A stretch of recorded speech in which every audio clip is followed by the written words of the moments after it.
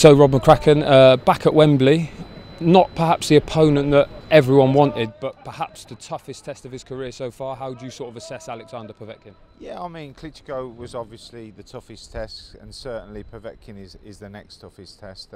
Former Olympic champion, former world champion, fantastic fighter, powerful puncher. So, you know, if you're going to fight at stadiums, and that's what Anthony does, and it's Wembley Stadium, you have to fight top opponents, and that's what he's happy to do, accept the challenge that Povetkin's put in out, and it's going to be a fantastic fight, but a dangerous opponent.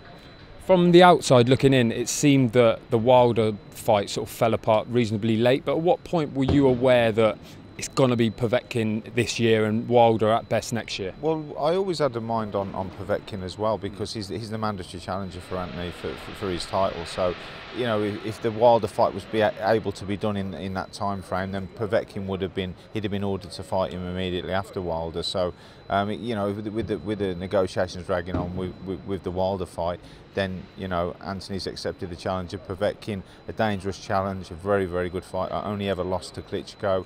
And you know, it doesn't get no tougher than this at heavyweight level. It's two of the top 3 world heavyweight fighters going at it in a huge stadium, and you know, a serious operator in Povetkin and a dangerous fighter. You mentioned his experience there. I think it was 2011 when he first beat Chagayev for that title. So he's been at that pinnacle for years and years. What's the main threat? We obviously saw his power against David Price, but he's more than a puncher, isn't he? Yeah, he has a good jab. He can measure distance. He can time his shots. You know, he disguises his punches as well. You know, he's technically good. He's efficient. He's powerful. He's good defensively as well.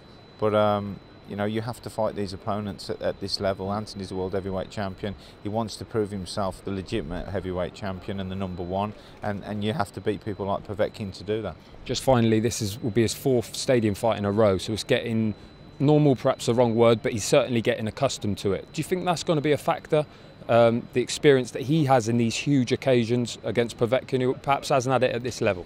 Yeah, I think it helps. It certainly helps. Povetkin obviously boxed Klitschko in a huge fight and has been world champion himself.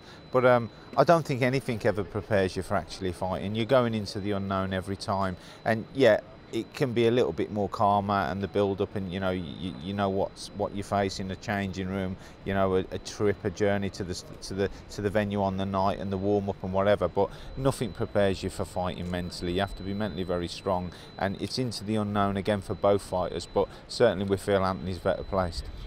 Will this be the perfect preparation for a Wilder fight, a test of Povetkin's calibre? Without a doubt, because if you're beating fighters like Povetkin and the calibre of Povetkin, you're going to learn a lot during that contest. And it's a tough challenge. It's one Anthony's happy to take on, and I'm happy to take on. And I feel, you know, it'll be a very good fight, fantastic fight. And the plan is that Anthony wins, learns more on the journey, and then takes it into the Wilders and whoever in the future.